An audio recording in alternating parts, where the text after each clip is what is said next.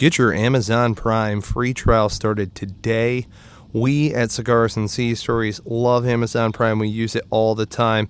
I myself, Mike Penny, am a member of Amazon Prime. I use it for live streaming on music, video, things of that nature. Sign up for a free Amazon trial, 30-day trial right now. You can find it on the resources page over at cigarsandseastories.com/resources. Take a look at that ASAP.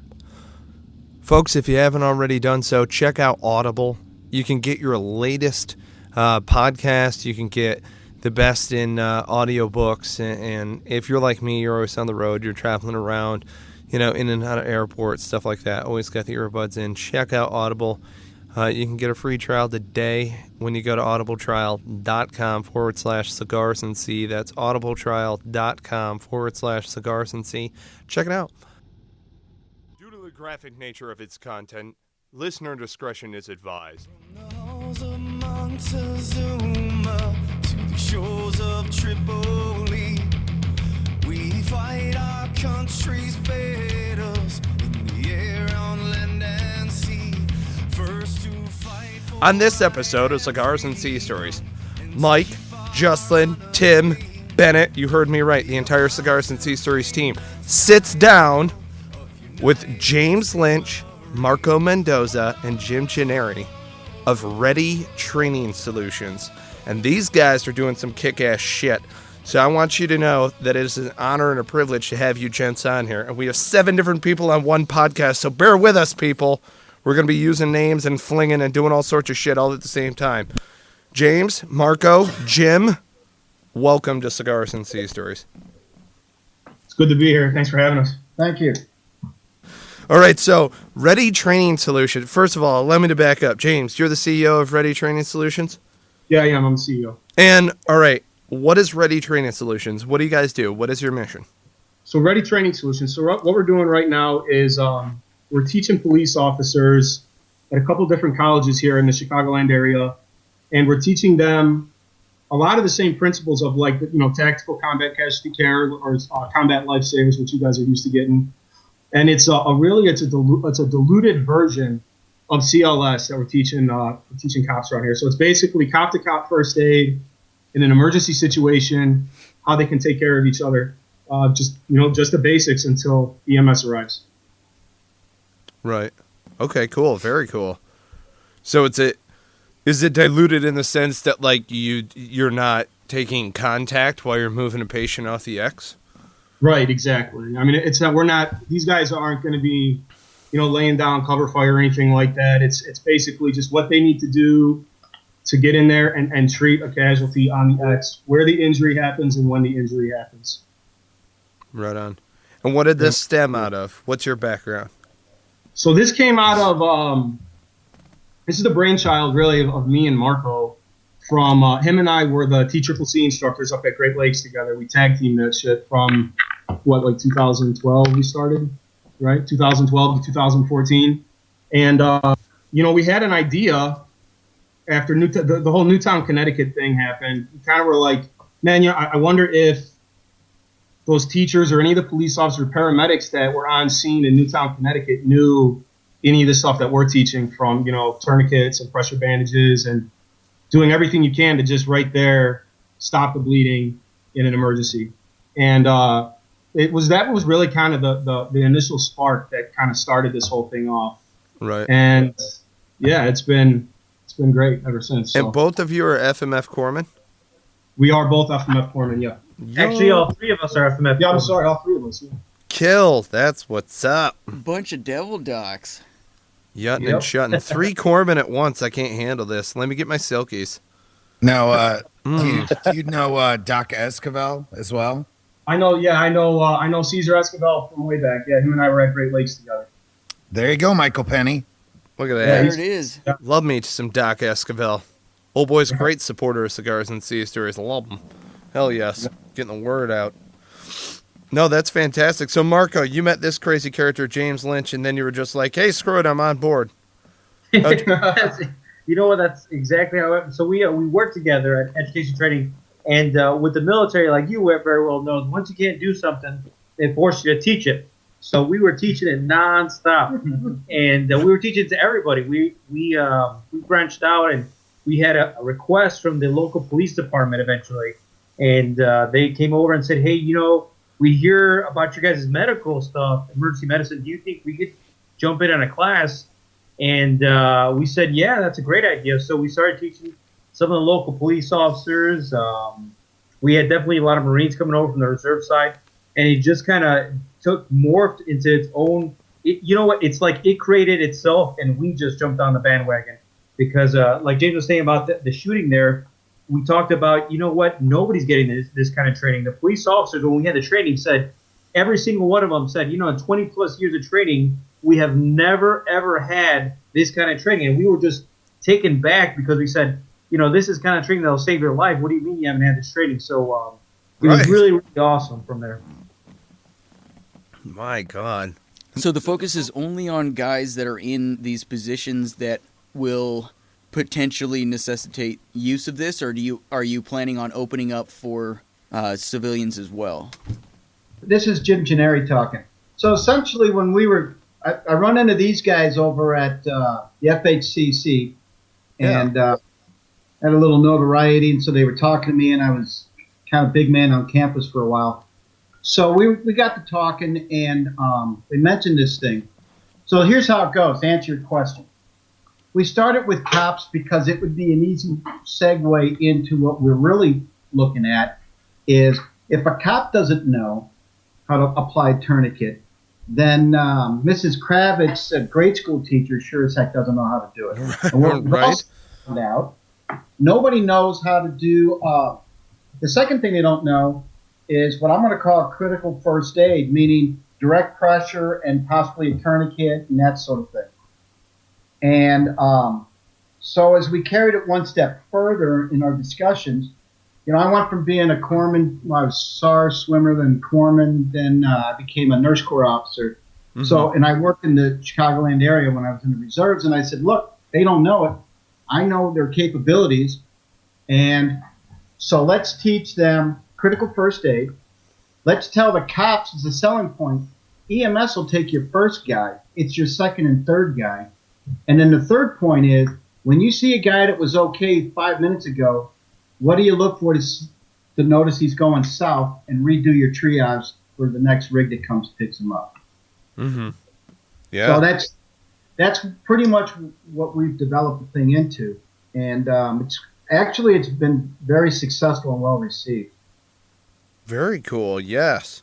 Now, what platforms are you currently using to get this training out there? Are you just in person, or are you moving into a digital space as well?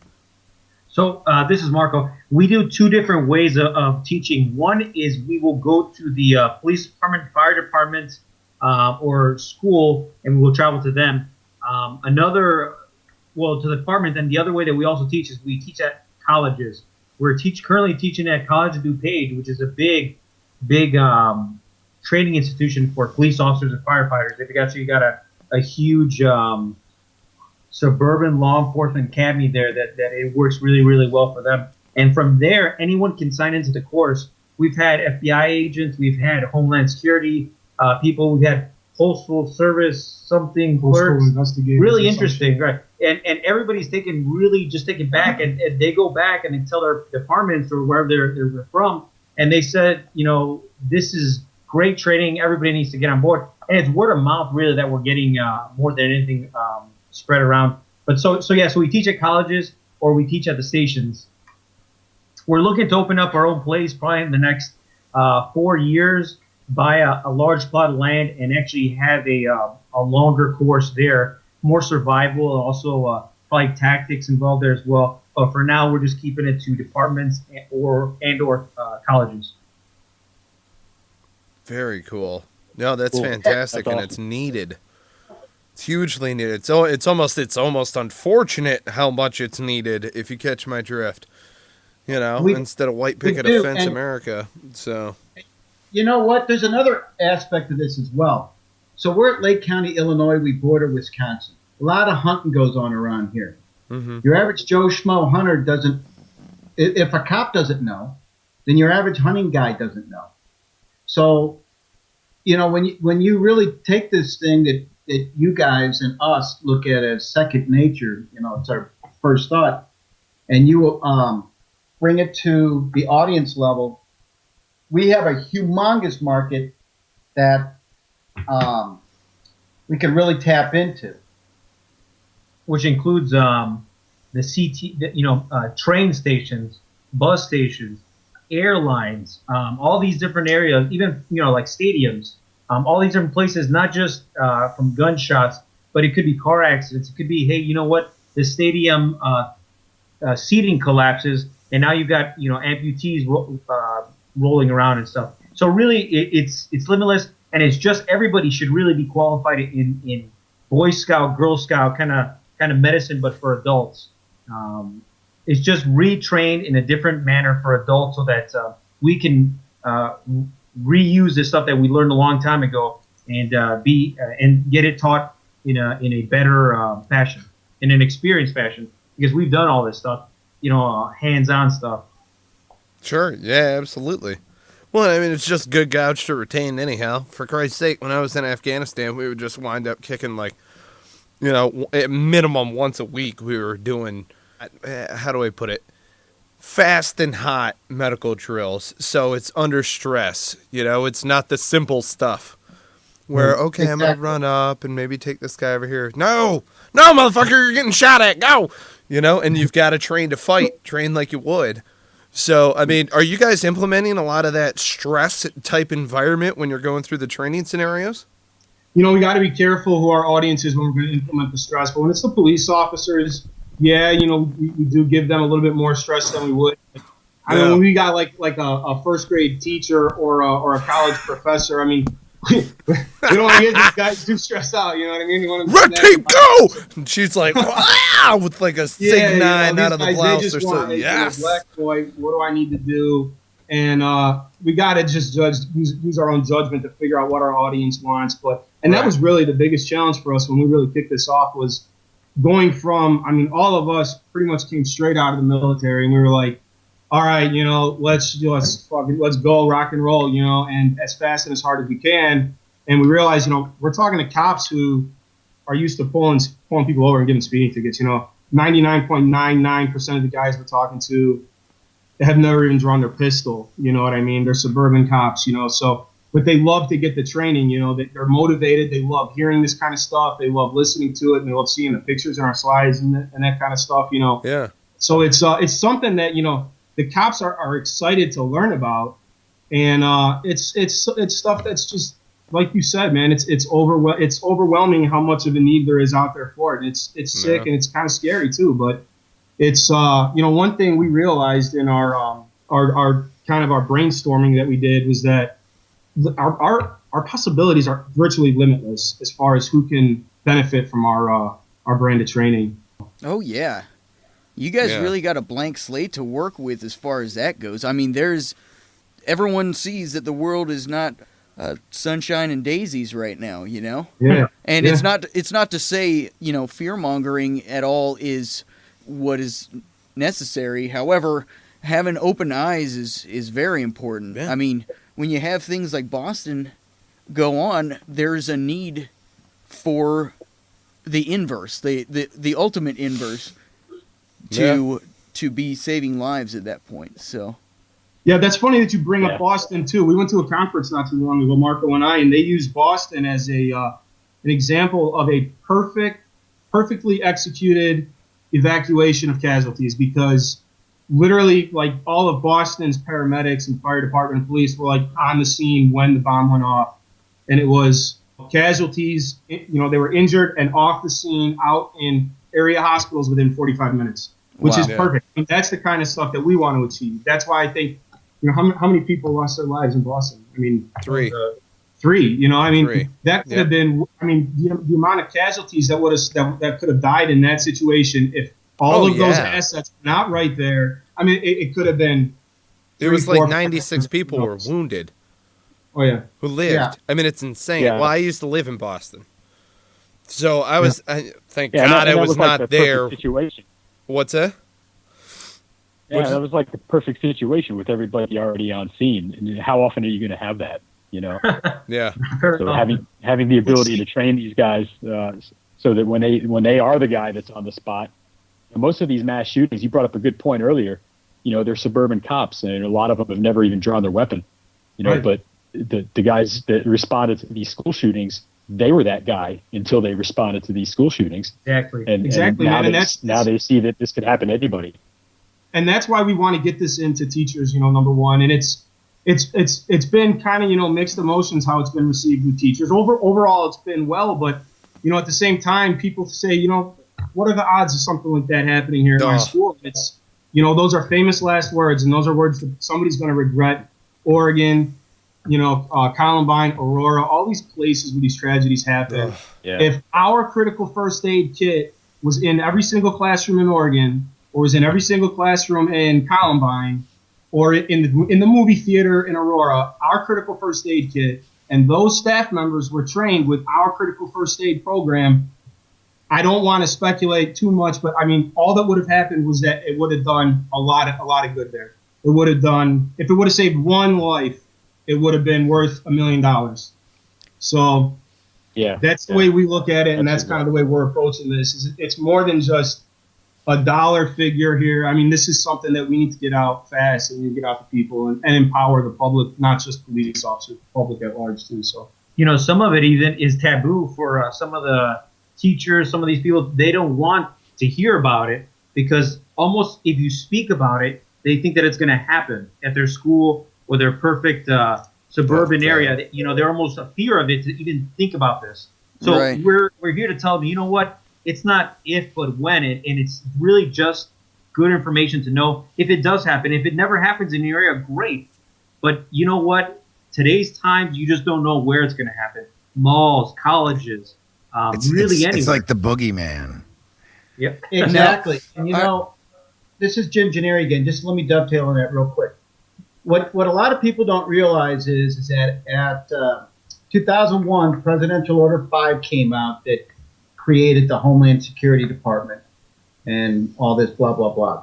Now, what a lot of people don't know is there's a mandate in that says people are supposed to know these things. You're supposed to have X amount of responders per populated area. Well, that costs a lot of money, so they don't do it. Now, where guys like us, and for instance, you too, comes into play in understanding the concept. Marines taught corpsmen how to shoot and hit targets appropriately. Corpsmen taught Marines how to save their own lives in case the corpsman gets popped. Now, we think about that as second nature. Civilians, on the other hand, nobody likes to do somebody else's job. Yeah. So if you want to talk about a barrier, that breaking down that cultural misfit is probably our biggest hurdle. Yeah.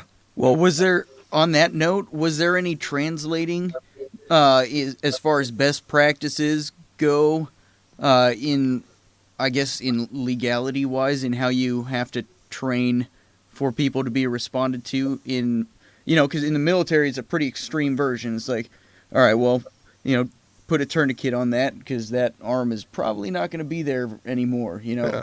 So in that regard, the military, you know, there's not the possibility of lawsuits and that kind of thing. So how have you had to adjust? Yep. Let me take that. Right. That's actually where I come in at. I'm an Illinois licensed professional nurse. So what I help these guys do is I consult with what they can't teach and what they can't teach, and we stick to standard of practice. The stuff we teach is 20 years proven standard of care. Awesome. And as a matter of fact, if you were, let's go hunting trip again. If you were going to go on a hunting trip and you get one of those high-speed, very expensive hunting trip first aid kits, they're going to have tourniquets in there. Mm-hmm. And they'll have some picture of how to put on how to treat a sucking chest wound. Right. We're the guys that are going to show you how to handle that equipment if you choose to buy it, whatever you choose to buy.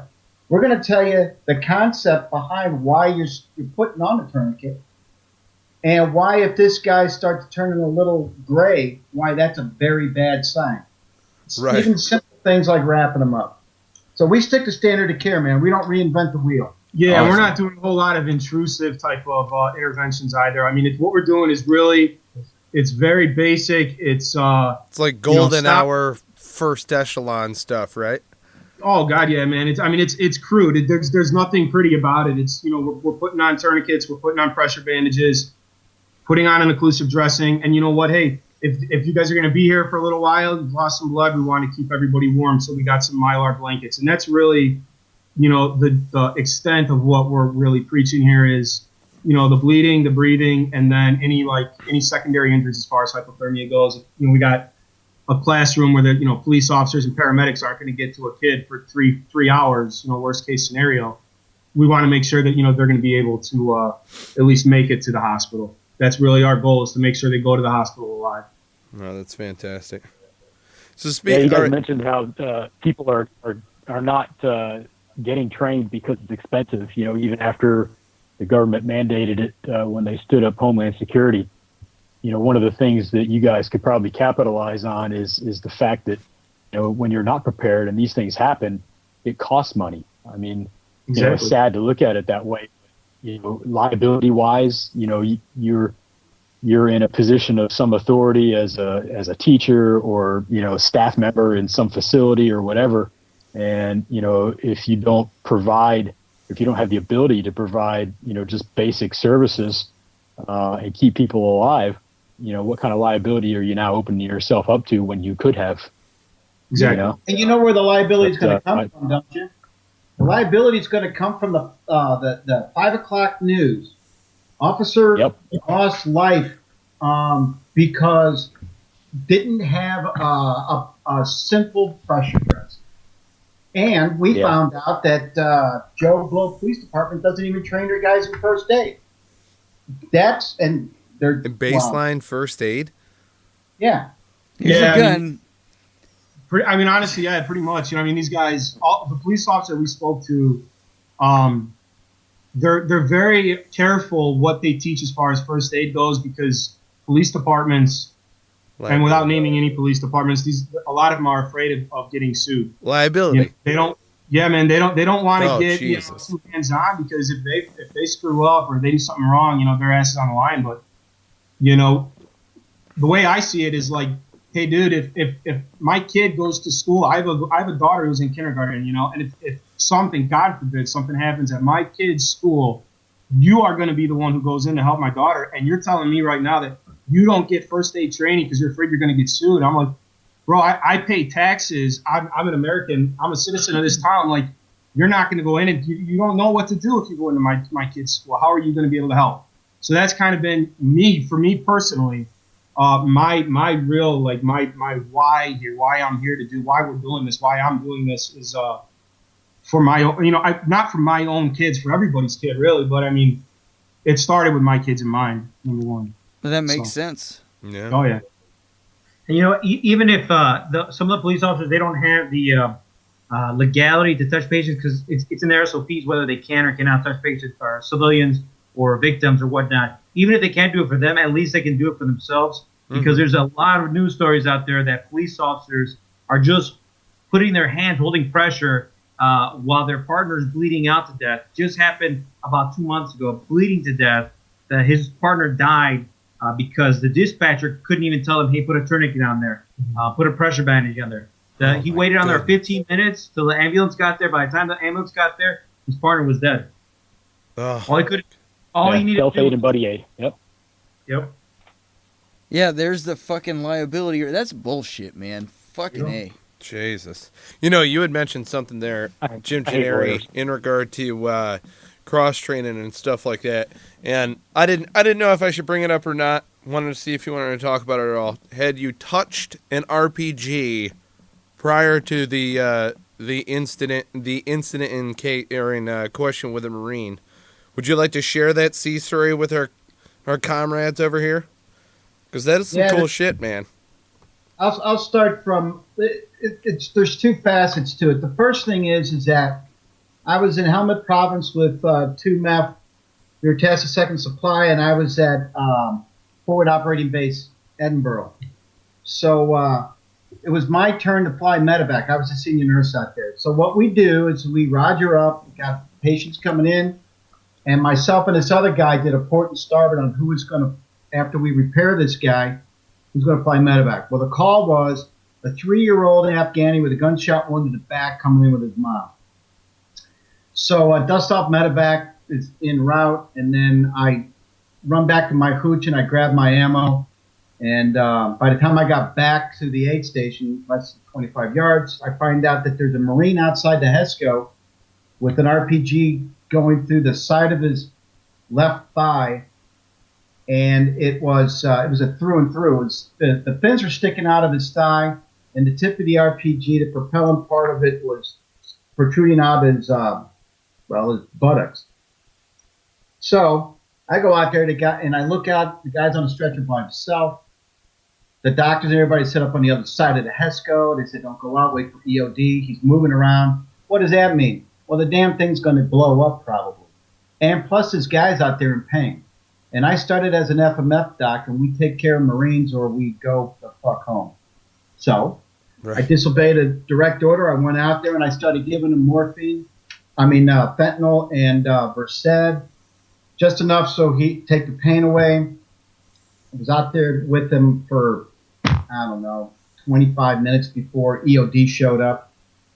I promised the Marine I wouldn't leave till it was out of his leg. So when EOD came, looked around, another 25 minutes. And so when he went to go pull it out, I said, he said, you can leave if you want. And I said, well, if you're not leaving, I'm not. He smiled, and I started yanking. And it got stuck. I undid the tourniquet. He pulled it out. Now, RPG is about 1.25 inches in diameter, right? Right. Propellant portion of it. And the end of it is spear shape.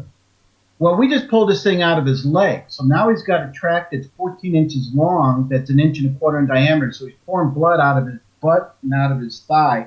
So I'm packing a wound, which, by the way, I gave him so much med he wasn't breathing on his own unless I held his head open. So I'm packing, adjusting his head, packing. I had to count, same as if you were holding your breath. And, that's pretty much how that went. Yeah. Well, and then they drove away and blew out the freaking bomb. Hell yes. They pulled the thing out, and the doctors wouldn't take him in until they did an X-ray to make sure there's no more ordnance in him, which is fine. So then he went in. I stayed out. The EOD put this thing on the other side of the berm. He was walking back to get a little C4 to blow it. It blew on its own. So I promised God that, I wouldn't do certain things anymore. Wait, so after they pulled it out, the doctors thought that there was, shards of explosives were going to be stuck in this guy's leg? Were these people, completely... I'm picturing, I just want to slap that motherfucker. Sorry. I mean, just no... wait outside and keep bleeding because I think there's a shard of, explosive metal for... That's bullshit. Well, I'll just put it to you this way. I love it. The guy that asked me to volunteer to go on that deployment. I was 52 when I went. Oh shit! He said, and that would have been my 9th combat deployment. And so he asked me to go, and I said, well, I don't know. My wife's going to be pissed. And then he said, look, they're all cherries, and these guys were, well. 2 of the doctors were ring knockers. So you figure it out from there. Right. And nobody's been downrange before. And so I'm the guy there. But instead of putting me as OIC, they made me the XO because I'm a nurse. And I don't know if you knew this, but Navy nurses are known as manginas. And I guess they couldn't have a mangina in charge. That's cute. Yeah, so what are you going to do? But anyway, the best part about that is that the Marine, obviously, he survived, and the surgery. So we put him on the dust off. It was still my turn to fly, so I get on board and we take off. Now it's night. Well, the ventilator broke. So now I'm bagging the guy in for about 60 miles of flight to Leatherneck. And I'm covered in blood and all this other stuff. I hadn't really noticed. So when I told the Royal Army was running Bastion at the time, hospital. Yeah. So I told him what was there, and he goes, well, no. And he wouldn't believe me. So I was like, well, fine, fuck it. And I left. I forgot that I was a lieutenant commander, and I was speaking like in E5 again, and he didn't really appreciate it too much. And it's, right. Well, whatever. He's got a 14-inch tracking hull, and you figure it out. And so Marine lived, and last I heard from him was a couple years ago. He was fast walking, getting ready to start running. Nice. And he had his first job. And that incident happened 3 days before his 21st birthday. Happy freaking birthday, huh? Yeah, right on, man. Jeez.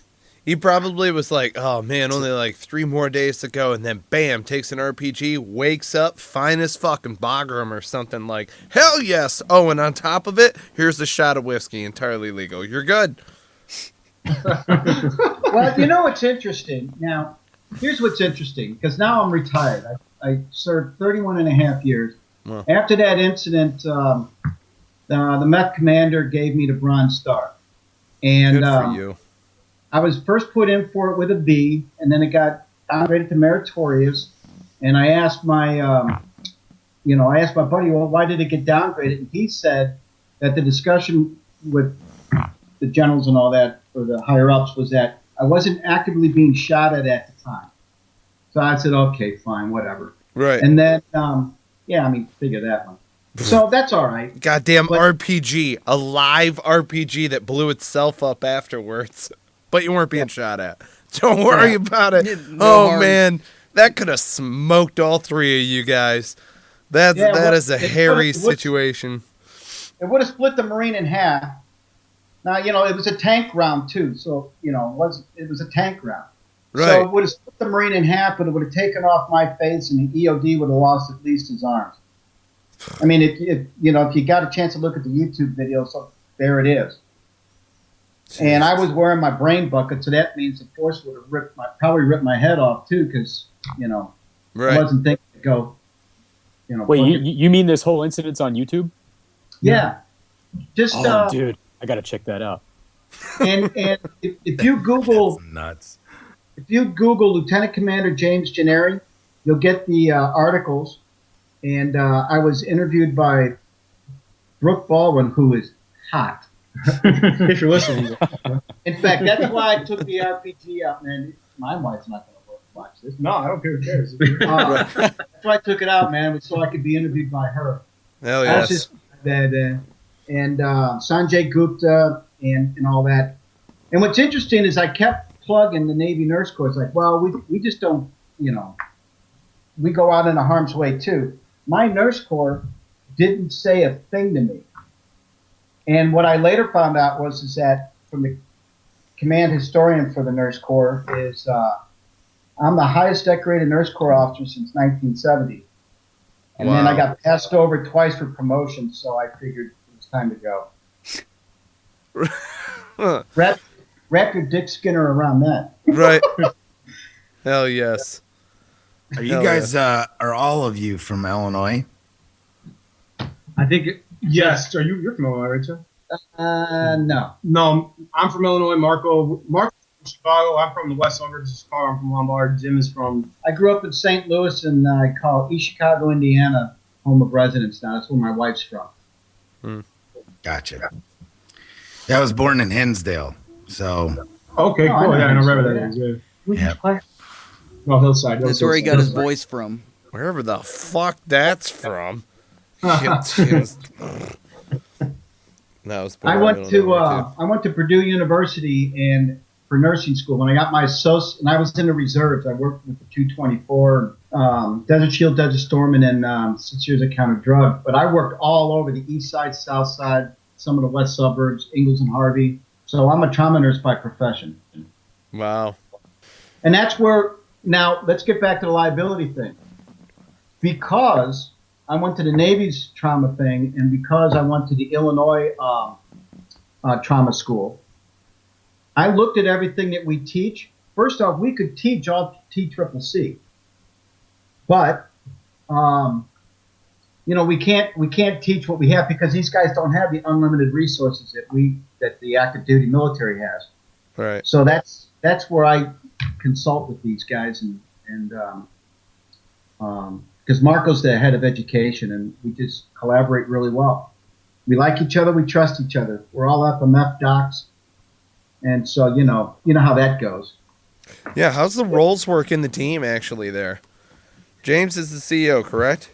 Yeah. So basically, and that's just really entitled to be really honest with you. I mean, me and Marco are, we're 50-50 owners of the company. Marco's, he acts as the president of the company. I act as the CEO of the company, whatever that means. I mean, we're both really, him and I really manage the company together, really, more than anything. But he's basically, Marco is like the instructor guru. The guy can get in front of a classroom and just talk for hours and just loves it and loves talking and engaging the audience where, I'd rather, talk to people about what our company does and why we're doing it and really get us, the spotlight and sell our why to other people. And Marco really, what did you say the other day?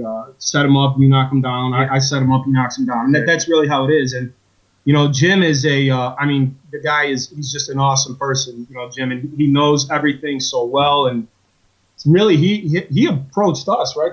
Jim ran into Marco at the Federal Healthcare Center after they both got out of the military. And, we're just shooting the shit. And just, Jim was like, wow, that sounds awesome. I'd love to help you guys out in any way he can. And he has. He's been a great asset. He's really upped our credibility tenfold. People really, oh, my God, you guys have, that's awesome. Congratulations, and and we have another guy actually he couldn't be with us tonight. He actually got sick or something. So his name is Grant Brown, and he has a master's degree in disaster management. Yes. Which we didn't even know he had a master's degree the whole time we're in the military. The guy he got out as a first class after 12 years, and he's our disaster management specialist. So he basically will help us figure out how to establish the plans for all these different places where we're going. So to jump on there a little bit, so we then there's one other person that's actually coming along with us too is Dr. James Bernard. Jared Bernard, thank you. And we all know each other. All four of us? Five of us. I can't count. I can teach, but I can't count. So all five of us know each other from working together, either from last duty station or previously, and we just work all well so together.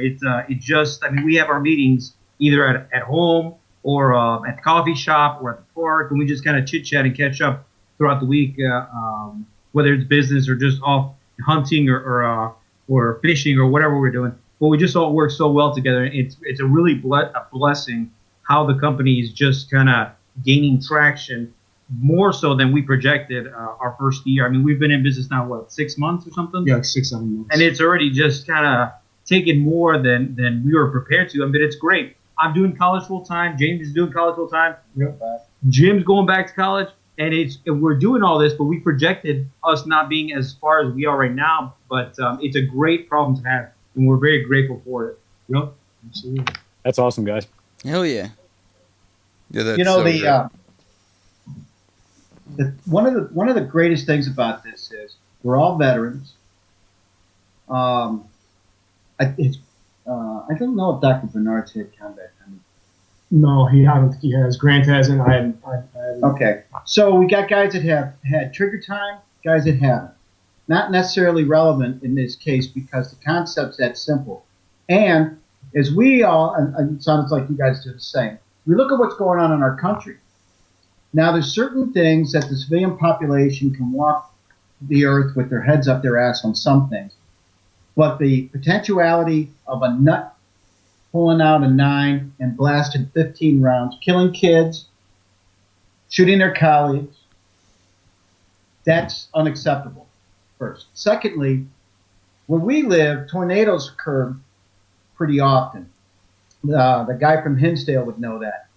Well, you only have so much resources that you can employ for these places. So it's not just the gunshot one and all the construction and the motor vehicle accidents and all of this.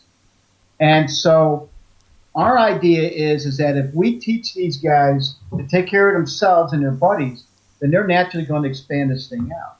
You see what I mean? Mm-hmm. Sure, absolutely. Take care of your own, you'll take care of your community. It's a natural progression of things. Yeah. No, that's And great that's kind of an philosophy. indictment of how civilians operate in our country anymore. Everybody thinks everything is someone else's problem. No one wants to step up and be the guy that kind of steps into the arena and makes things happen like you guys did. Yeah, I mean, it's good to have you guys out there doing this and teaching people to be responsible for what's going on around them. Absolutely. Well, also everybody in this conversation here tonight, we all know the difference between helping out your brother and not. You don't have to like the guy, but you're going to help him out because he's your brother, he's your neighbor. Civilians don't even know who their neighbors are anymore. Exactly. Yep. Get off my little soapbox now and then. Oh man, we love soapboxes here, man. That's what we're all about. Trust me, we get on them constantly. So Never. I don't know what you're talking about. You can say anything you want.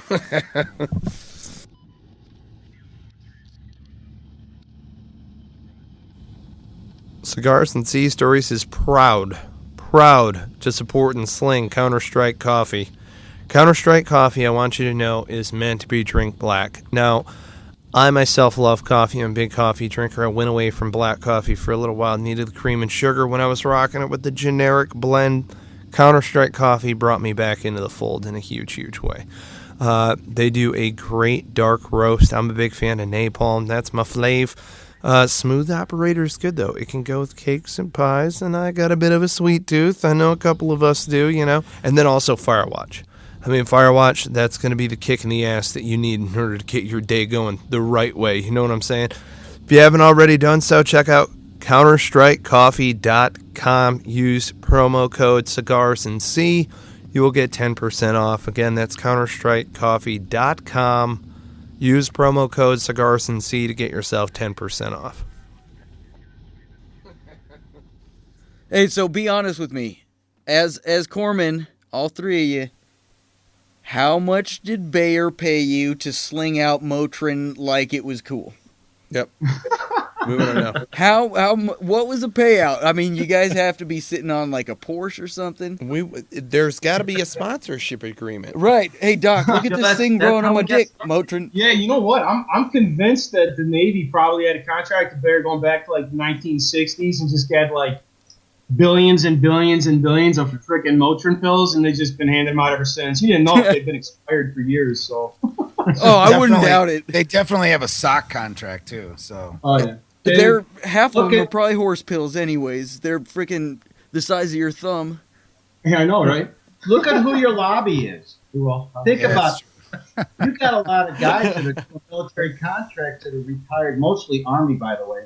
Army officers, colonels, lieutenant colonels, brigadier generals. Yeah. They go from uniform, they put on a coat and tie, and they sell whatever it is they sell. Most of the stuff is bullshit. Like that dirigible. I didn't know we still had a dirigible in the DOD, the thing that got loose in Pennsylvania. I don't even know what that is. Now, what is a dirigible? It's a fucking blimp. It's a hot air balloon. It's, i.e. the Hindenburg. Oh, wow. Yeah. Right? Hindenburg without the hydrogen. Shit's up there floating around, taking pictures. The thing, and that's what it's supposed to do, but the damn thing doesn't work. So it's $1 billion project that somebody sold somebody, and it wasn't us. It was somebody, you track this thing back. The lobbyist was a retired Army officer. Right. You can do that with anything, which is kind of scary. Yeah. Yes, that's true. Hey, can I ask you guys how you came up with the name RETTIE Training Solutions? Oh, I'm going to give that one to Marco. He texted me one night like 11 o'clock at night. He's like, bro, I got it. It's right here. It's an acronym. I'll let him explain it. Go ahead. So that's a funny story. So I was actually in the restroom. And, that's where I come up with all my best ideas, I think. That happens a lot on this show, too, just so you know. That's where it always starts. Yeah. It starts with a little tingle of an idea, and then pretty soon. Yep. And that's really how I was just sitting there, and I was like, you know what? Somebody, I don't know what happened, but it was somebody something ready or something popped into my head, ready. And I said, that's the name of it, ready with an IE at the end. And ask me right now what it stands for. I have no idea. What is Oh, that? shit. I came up with it. But Yeah, ready for everything, trained in emergencies, I think. Or ready for everything, trained and tested in emergencies is what he had. And, you know, to be honest, we were just going back and forth so much with the stupid name of the company. We were like, he texted me like 11 o'clock one night. I'm just like, yeah, that's it, dude. That's it. 100%, I'm on board. I just didn't want to go over it anymore. My head hurts. That's it. That's it. It's done. I'm sick of it. Yeah. And our selling point is get ready. It's perfect. Yeah. So that That's was a so productive good. move. So, yeah, play on words. Ready, get ready, ready for everything. Yeah. Sure. Ready today, ready tomorrow. I mean, you put it into anything, really. I'm ready for action. Yeah. I'm ready for training solutions. Yeah. Hell yes, man. You guys keep adding value to the world. This is fantastic. I love seeing Devil Docs kicking ass and taking names. Help! That's what's up, Yeah. man. Hey, That is Hey, indeed so here's a up. question for you guys. When are we going to get you down to Raleigh, North Carolina, to the Triangle area so we can link up at Fob Invictus? There you go. Yeah, you know what? Penny was saying something about that right now Raleigh is like the like what did you call it? Like the ground zero right now for veteran-owned businesses and like the veteran Oh yeah, movement. man. And huge, Yeah, that's right? awesome, man. I've never even been to Raleigh before. I've never been to North Carolina before, I don't think, other than maybe drive through it. But I would love to come out, man. Come out and see what you guys are doing out there, too. What blew me away, Raleigh back in the day with the Research Triangle Park and IBM, they were huge. By back in the day, I just mean 80s. And they were, you know, boosting the area and stuff. SaaS, which is software as a service, was developed here originally out of North Carolina State, what have you. And the label is, we tend to disagree around here with this label, but they say that it's the next Silicon Valley. It's funny. Jim just said that. He just said next East Coast Silicon Valley. Yeah. Yeah, and it you know, it is very tech heavy, but it's one of these things where it really is a veteran harbor. Bragg being here, Lejeune, we jumped up as far as rich state, poor state from 33rd to 4th overall, and we have a huge initiative here with the Frontier Research Triangle Park. Bunker Labs is coming here, so if you check out bunkerlabs.org, their 10th location is going to be here, which is a veteran-centric business incubator. So it's really, really neat, and it's fun getting together with other veteran business owners down here. We're super stoked to be having, you know, entrepreneurship boot camp for veterans is down here. Boots to Business is doing a lot of different stuff around here. Nice. Institute of Veteran Military and Families. So anytime we can link up fellow veterans with, you know, within our community and collaborate. And the thing is this, keep the conversation flowing, man. We're an adjacent unit. That's how we roll. So if you guys ever need any additional support, by all means, give Cigars and Sea Stories a shout. So. Oh, we really appreciate that, man. And, Yeah. you know, the same goes for you guys. You know, I mean, anything you guys, that's what we want to, you know, more than anything, you know, we're all veterans. We want to help each other out, you know, and going forward, I mean, whatever we can do to help out any other veteran community, any other veteran organization, sponsoring guys, whatever. I mean, we want to help in any way we can too. So, Well, yeah, hey, what you guys are doing is awesome. We Kill. really appreciate it. We love it. well, you know, and location is location. Illinois, if you're not aware of it, is going through a very difficult state, very difficult fiscal problem. And but then if you were to move up to say a Wisconsin or Indiana, the population doesn't support it. So, you know, you got 7 to 10 million people floating around the Chicagoland area. And the state just doesn't have the funds. So then you look at guys like us. We could hire all of the, you know, as we expand, we could reach out and hire these other former corpsmen to teach some classes as we expand. It's not just us. Absolutely. You know, one of the reasons I chose to be a consultant is that I may relocate with my family. And so I can consult, because I'll always be licensed in the state. I can consult from afar.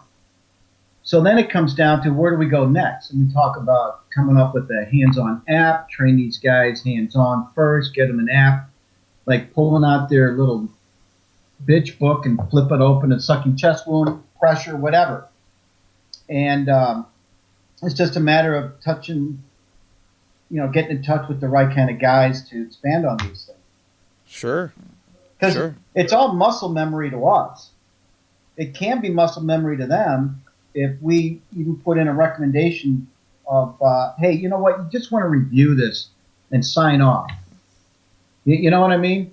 Right. Just review it and sign off, review it and sign off, and, you know, you're good for your quarter or whatever it is that they want to do. Right. You know, it's, So, No, that's very cool. I mean, there's a lot of different applications that go hand in hand across that. That's what's neat about it. You know, you had mentioned trauma kits in every classroom across America, you know, training up teachers for, God forbid, traumatic events and things of that nature. But also a lot of people don't remember the fact that your public school is your disaster shelter, is your Yes. tornado shelter, is your, people don't put two and two together. Like, it Yeah, used to be absolutely. duck and cover, for Christ's sake. You know, like in modern schools, that is where this needs to be taught. You know, people are going to congregate there. We had a lot of neighborhood meetings that were in and around our public schools. I mean, it's more than just daily education with children. You know, there are a lot of other events that happen in and around schools and within our community. So you guys are adding value out there, I'm telling you, in a huge way. This is very cool. So we're Thank proud you. of your efforts. well, thanks for that. Yeah. And James, was it you that was saying that, James and Marco were telling me when we first talked about this, that nobody really does this. Nobody really teaches what we're, you know, offers what we're offering, which surprises me. Maybe it's just because I know I'm not a genius, but, you know, these guys hit on something that is not only has a long legs in the future, but nobody's doing it. And Right. those people that do something even close to that, they're charging an arm and a leg with no return. So anyway, that doesn't make any sense to me. Really what they're doing is just kind of get what they can out of taxpayer funds. Yeah. Yeah. Our goal is to branch out to different states within the next 5 years or so. Right now, we're focusing on Illinois, but we are looking to make charters in all various states, especially with corpsmen being all around America, and not just corpsmen, firefighters, police officers, Marines. You know, because even in the Marine Corps, I had my Marines some of the Marines I trusted more than I did some of the sailors there, because some of the sailors I had maybe weren't the brightest crayons in that box. So we had highly trained Marines that were out there where they were better than some of the docs.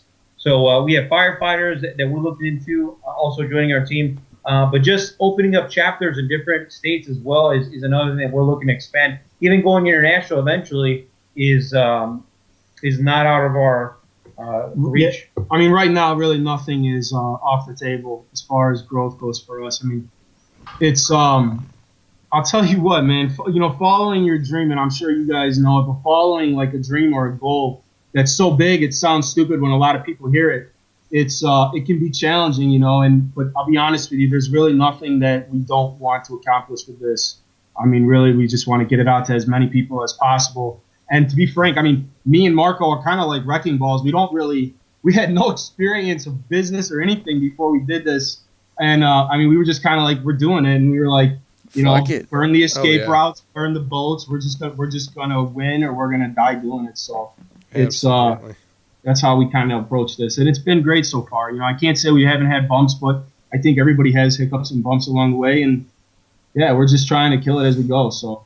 Hey, and you know that for the veteran listening out there right now, that, I mean, just about everybody I talk to is right on the verge of that kind of idea or spark. Like, just go for it. Like, everyone has that possibility of reaching out for that dream, as these three docs are showing us here.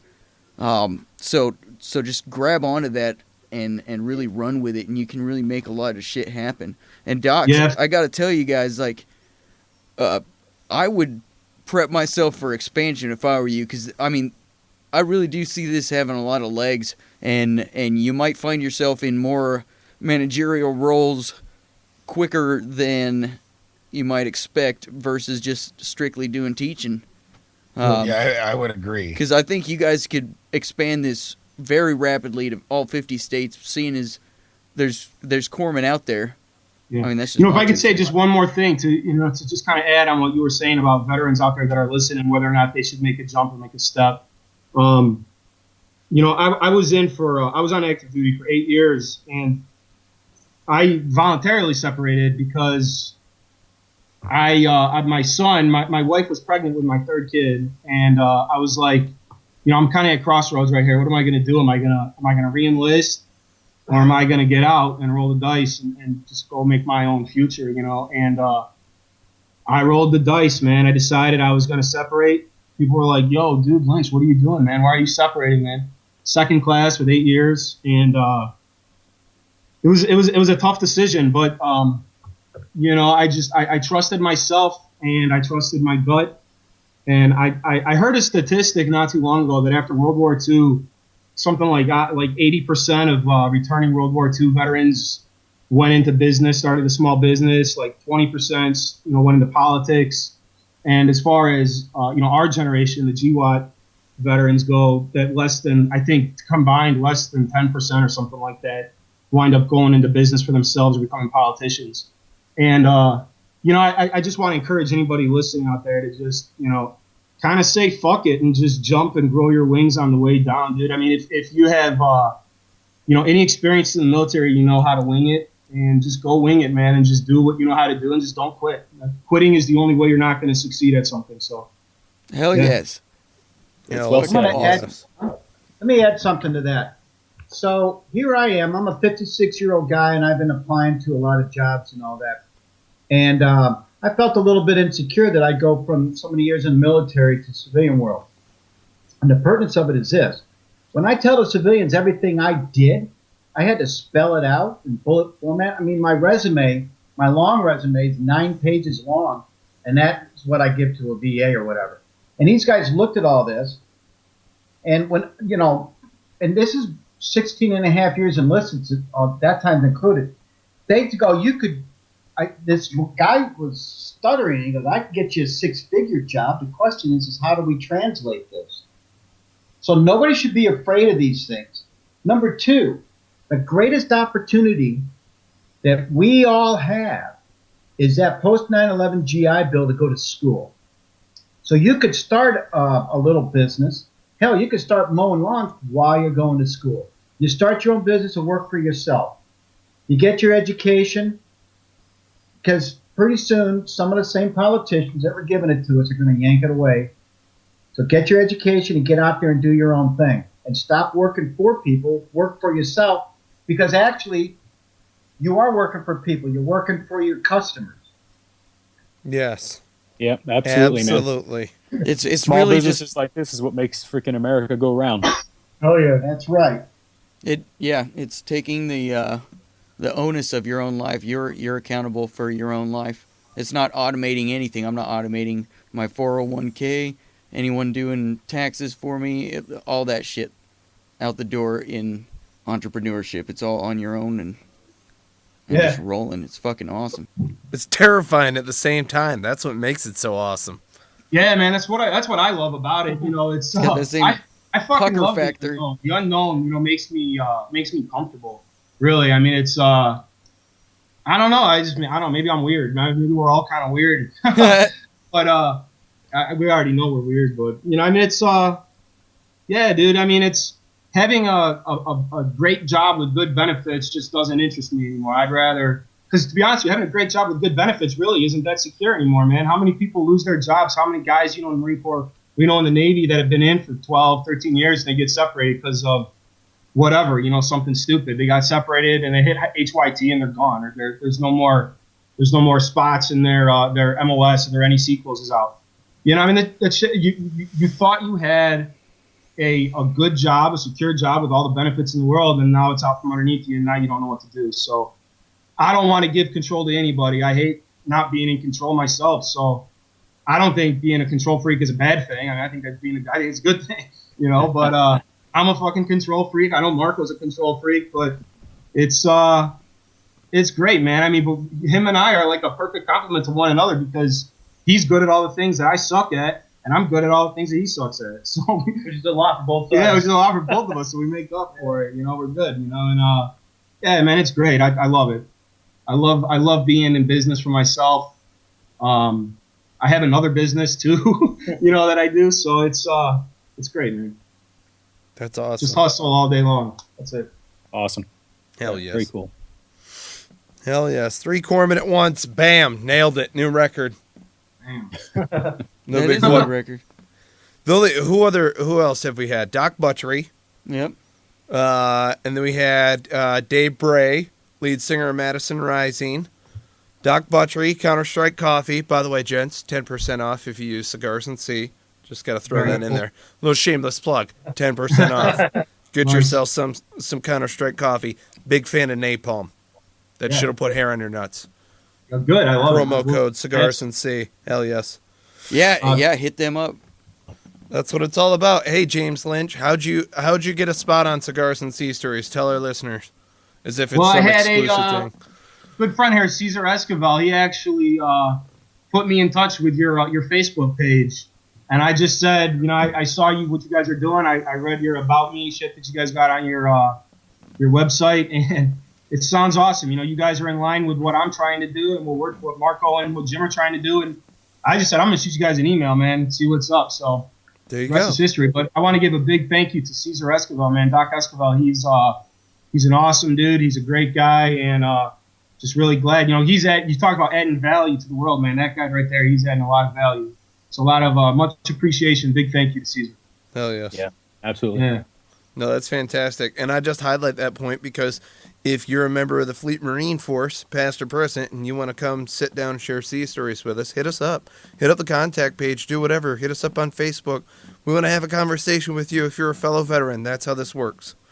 So if you haven't already done so, hit subscribe. Give us a rating. Review the show. Find us on iTunes, Stitcher, Player FM, any podcast aggregator. Look up Cigars and Sea Stories. And if you don't find us on there, you better drop us a line on Facebook because I'm going to be reaching out to them saying, hey, look, you got to have Cigars and Sea Stories. Our listeners deserve it on their favorite aggregator. So go ahead and reach out to us anytime. Gents, you got any closing words to our listeners? Any words of wisdom if they're going to go into business for themselves? Hey, the only thing I have to say, I'm just gonna reiterate kind of what I said earlier, and that's just get out there, stop thinking about it, stop analyzing it, just go out. If you have something that's a good idea, go out and do it. Be the maker of your own future. Don't sit around, don't expect anything to come to you. Just go out and get it. And a good high paying job or middle of the way paying job with good benefits. It's just gonna keep you who you are today. It's not gonna make you grow. It's not gonna make you better. And that's what we do. We're veterans, and we want to take care of each other. We want to make it better for each one another. So yeah, go out and do it. Just get out there, just do it. Just say fuck it and go do it. Yeah, Amen, brother. Amen. I like that. I'll just add this. I like to add the models that we lived with for however long we're in the service. Marine Corps, Semper Fidelis, always faithful. Navy, Semper Fortis, always courageous. So it takes a little bit of brotherhood and balls to get through the world. And just apply those same principles to what you want to do, you'll do it. And people will help you. I mean, look what you guys are doing for us. And what we are going to do for others, as it goes on. We're never alone. Hell yes. I've only got one thing. Go big or go home. Those are the words that I live by. Oh my gosh, spoken like a Drop the mic. short, sweet, boom, bam, started. Bamsis. Bam's Yes. He's Bamsis. Fuck yes. There's a staff sergeant shaking his head right now. Staff sergeant, I got my hands in my pockets. Yeah. I got Bamsis. Awesome. Jesus Christ. It's a shit show. Listeners, if you haven't already done so, click subscribe, iTunes, Stitcher, Player FM. Give us a rating, give us a review. We want to get on new and noteworthy in iTunes. yes. So, throw us up there. If you think we're doing a good job, just a little comment. If you think we suck balls, a problem with a solution would be nice. At least just a comment, for fuck's sake. Right, just a comment. Just like Mike, I can smell the lint caught in your beard from here. That's totally fine. It's totally fine. It's because I've been giving Hummers to Jocelyn. Otherwise, he won't edit fast enough. You know what I'm saying? It's just it's veterans helping veterans. Hey, Those man, are all needs around listen here. to this podcast for no other reason than to remember the good old days because I used to talk like a human being. I can't tell people to go unfuck themselves anymore. And I It know. is nice. It's It bullshit. is nice when we have Marines in the class, especially. You know what? We get along with Marines much better than we do any other, even our own branch, the Navy side. Yeah. I really dislike. I know, man. Unless they're efforts, but it is so great to have them in class because then we'll always ask, hey, any prior veterans in here? And always we'll get those one or two hands raised, and we'll get one guy from the Army and one guy from the Marine Corps, and we always have to bust the Army guys' balls on there. Oh God, yeah. But it's a great time when we get It's not vets in his there. fault. Yeah, once you get a taste of a Marine, you can never go back. That's right. That's right. Well, I spent 18 years of my 31-year career with the Marine Corps, whether as a FMF corpsman or, Desert Shield, Desert Storm, 6 years of counter-drug missions, and then, this little tap dance a couple of times. So I won't go to combat with anybody but you guys. Yot. That's what's up Counter-drug, right there. I'm just thinking 18 years, that's a lot of dry humping to witness. That's a lot of dry humping. That's a lot of shower shoes, silkies, ball sacks. Suppository. Be honest with me, Doc. How many boars have we punched across here? How many guys are getting the full stroke? Because I got it done 3 times in service, and that is a toe-curling experience. What's that? Well, let me see. I had to give a similar lecture for my second Cobra Gold, and I was and what I did was I didn't wussify it. I pulled out actual present day films on not only punching a boar for males but for females. Ooh. And, Is that like a J-hook situation? What's going on there? Is there calipers involved? What do we got? What do we? Think of a purple waffle, a thin knitting needle with so the needle comes out and there's like a bulb that halfway through it, So when you go in, it dilates. La la la la la la la la la la. I'm not listening. I love this shit, dude. Tim can't take it. All right, let's go. Keep going, Doc. I'm ready for this. Too This much is like imagery here. it's like watching a car accident. What were you saying? Hey, trauma's easier than that stuff. That's why I went into trauma. Exactly. Yeah. Jesus. Loves Oh, way better. screw that shit. I'd rather take care of gunshots. This is awful. Yeah, I don't blame you. Just grab a Bible, clap. That's what it's all about. Oh, dear Lord. All right, ladies and gentlemen, we got to sign off here. But if you haven't already done so, click subscribe. Corpsmen, we love you, and I mean that sincerely. Thank you for saving our lives downrange. Thanks, guys. Likewise, love you guys. Thanks. Take care and be well, gents. Keep doing what you're doing and adding value to the world. You got it. Jocelyn, cue the music.